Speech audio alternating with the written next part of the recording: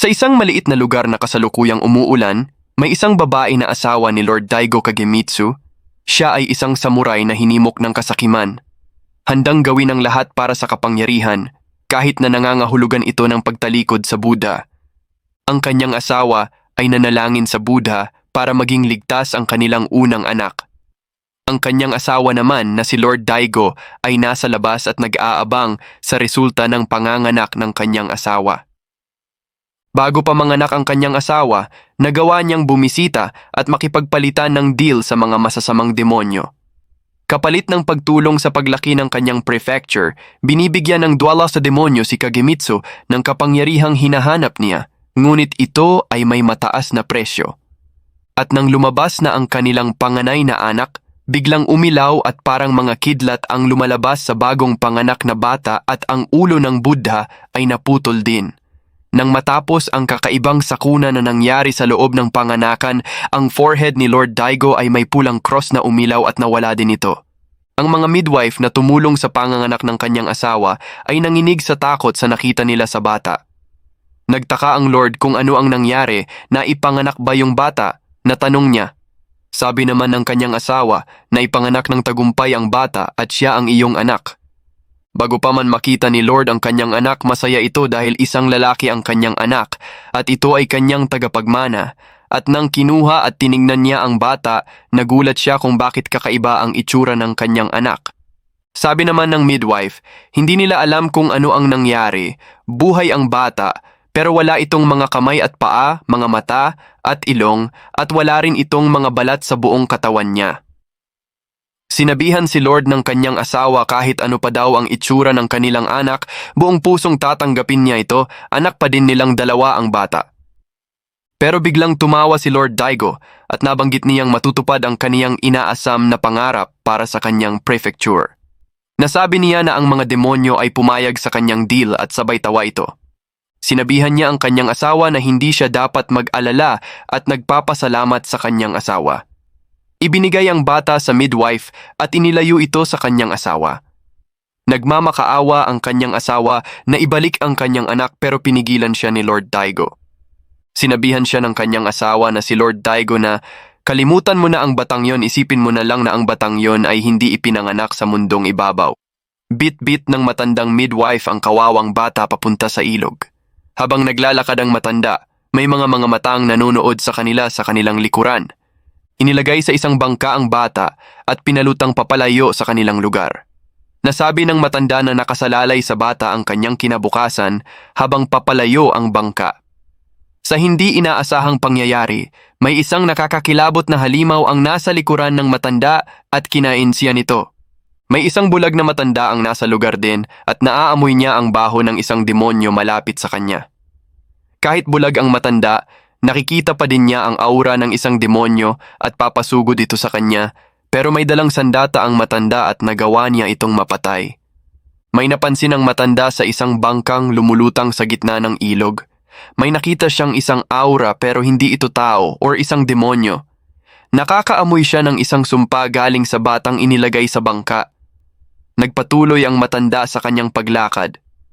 Lupain ni Daigo Kagemitsu sa hangganan ng Kaga. Matapos mapagtagumpayan ang maraming taggutom, patungo na ito sa kaunlaran. Pero yung maliit na kaluluwa na nasa bangka ay sobrang napakahina para ito'y makaiyak. Ang bata ay tahimik na nawawala sa kadiliman at walang sino man ang nakakakilala sa kanya. Makalipas ang 16 na taon, sa panahong iyon ay laging may giyera na nangyayari sa iba't ibang lugar.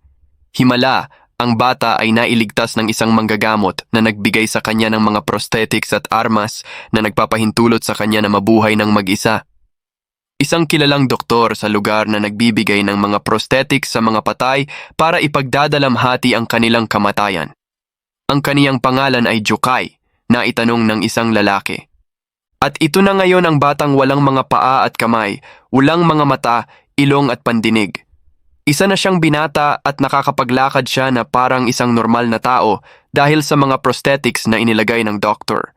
Bagaman bulag, bingi at hindi makadama, dapat talunin ng bata ang mga demonyong ginamit siya bilang sakripisyo at sa bawat tagumpay, nababawi niya ang isang piraso ng kanyang sarili. Sa loob ng maraming taon, gumala siyang mag-isa hanggang sa makilala niya ang isang ulila na nagngangalang Dororo at magkasama silang lumalaban para sa kaligtasan ng sangkatauhan sa isang mundong pinamumugaran ng mga demonyo. Si Dororo ay nagbebenta ng mga gamit na kanyang ninakaw na galing din sa nakaw. Hinabol siya ng mga kalalakihan para pagbayarin sa mga kinuha niyang mga gamit na galing sa kanila. Tumakbo si Dororo at napunta siya sa may ilalim ng tulay. May nakita siyang aso na pasuray-suray dahil sa gutom. Naabutan siya ng mga kalalakihan at kinuha ang asong natagpuan ni Dororo sa ilalim ng tulay. Ayaw ni Dororo na masaktan ang kawawang aso kaya nagpabugbog na lamang siya sa mga kalalakihan. Pilit na lumalaban ni Dororo at binato niya ng isang bato ang lalaki at tinamaan ito sa mukha. At yun, lalo siyang tinadyakan ng mga lalaki ng walang tigil.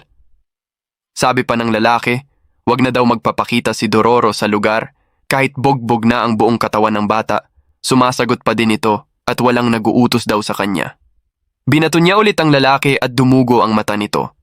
Napuno na ang lalaki at papatayin niya ang walang kalaban laban na bata. Inilublob niya ito sa ilog para matapos ang buhay ni Dororo. Inutos ng lalaki na bigyan siya ng straw mat para balutin siya. Kukunin na sana ng mga kalalakihan ang pambalot sa bata.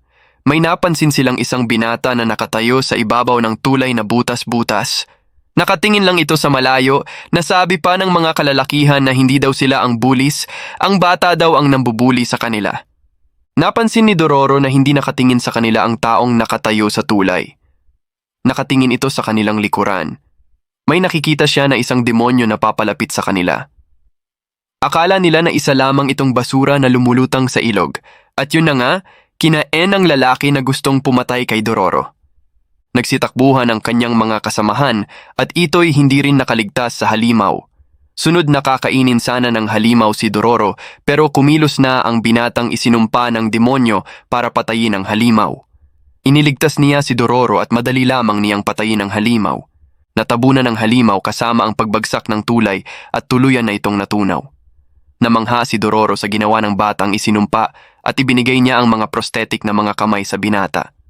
At dito nagkakilala sina Dororo na isang orphan at ang isang binata na isinumpa ng mga demonyo bilang sakripisyo sa kahilingan ng kaniyang sariling ama na si Lord Daigo kapalit ang matiwasay na buhay ng kaniyang prefecture. Muli akong nagpapasalamat sa inyong walang sawang pagsuporta sa aking channel at pagsubaybay sa mga videos ko. Huwag sana ninyong kalimutan na mag-iwan ng isang like sa video at mag-subscribe sa mga bago pa sa aking channel. Paalam!